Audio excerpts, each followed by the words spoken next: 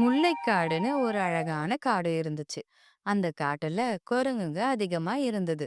அந்த குரங்குங்க காடு முழுக்க எல்லா இடங்களிலும் சுத்தி திரிஞ்சு சத்தம் போட்டு கத்திக்கிட்டே இருக்குங்க. இது மத்த விலங்குகளுக்கு தொந்தரவா இருந்துச்சு. ஒரு நாள் யானை தன்னோட உணவை சாப்பிட்டுக்கிட்டு இருக்கும்போது பக்கத்துல இருந்த மரத்துல அந்த குரங்குங்க சத்தம் போட்டு கத்திக்கிட்டே இருந்துச்சுங்க.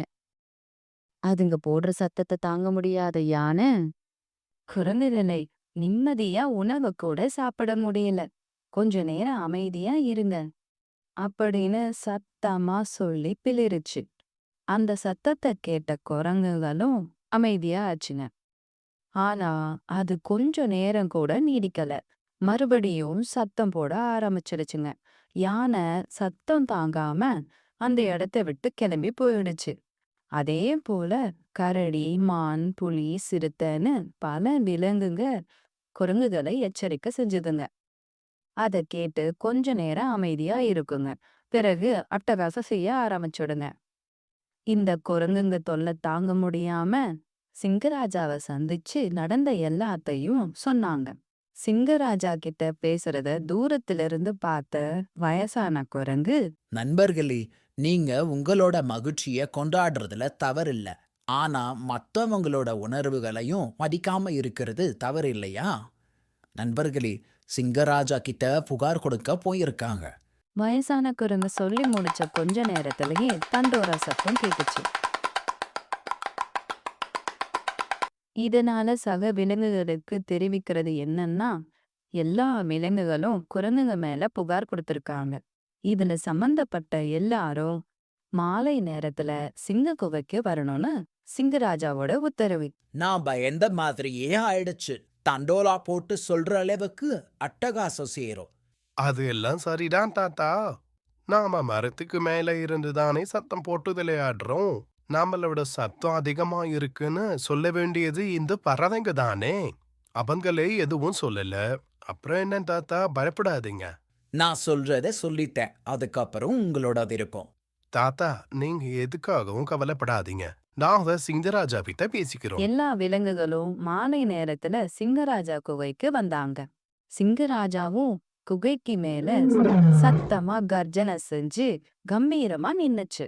குரங்குங்க தங்களோட தரப்பு நியாயத்தை சொன்னாங்க. மத்த விலங்குகளும் அவங்க தரப்பு நியாயத்தையும் சொன்னாங்க.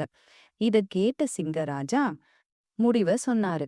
குறைந்ததிலே உங்களோட மகிழ்ச்சிக்காக மத்தவங்களோட உணர்வுதல புரிஞ்சிக்காம மதிக்காம இருக்கிறது தவறு.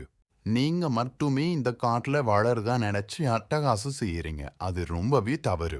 அதை விட பெரிய தவறு இதை நீங்க ஒத்துக்காதது தான். அதனால நான் ஒரு முடிவு எடுத்திருக்கேன். இதுக்கப்புறம் அந்த மூங்கில் காடு உங்களுக்கு மட்டும்தான். நீங்க என்ன வேணா செய்யலாம். ஆனா நீங்க அந்த மூங்கில் காட்டை விட்டு வெளியே வரக்கூடாது. மத்த விலங்குகளும் அந்த மூங்கில் காட்டு பக்கம் வரமாட்டாங்க. அமைதியா இருந்தா நான் இன்னும் சொல்லி முடிக்கல. ஒரு மாசம் நான் உங்களுக்கு காலக்கெடு தரேன். அதுக்குள்ள நீங்க செஞ்சது தவறுன்னு சொல்லி மன்னிப்பு கேட்டா திரும்ப இந்த காட்டுக்குள்ள எங்க வேணும்னாலும் நீங்க போகலாம். இல்லைன்னா காலத்துக்கும் அந்த மூங்கில் காடு மட்டும்தான் உங்களுக்கு. இதுக்கு ஒத்துக்கிட்டா சம்மதம் சொல்லுங்க. சரின்னு சம்மதம் சொல்லி குரங்குங்க அங்கிருந்து மூங்கில் காட்டுக்கு கிளம்பிச்சுங்க. மூங்கில் காட்டுக்கு போன குரங்குங்க மகிழ்ச்சியில கொண்டாடுனாங்க. நண்பர்களே, நீங்க நினைக்கிறது தவறு.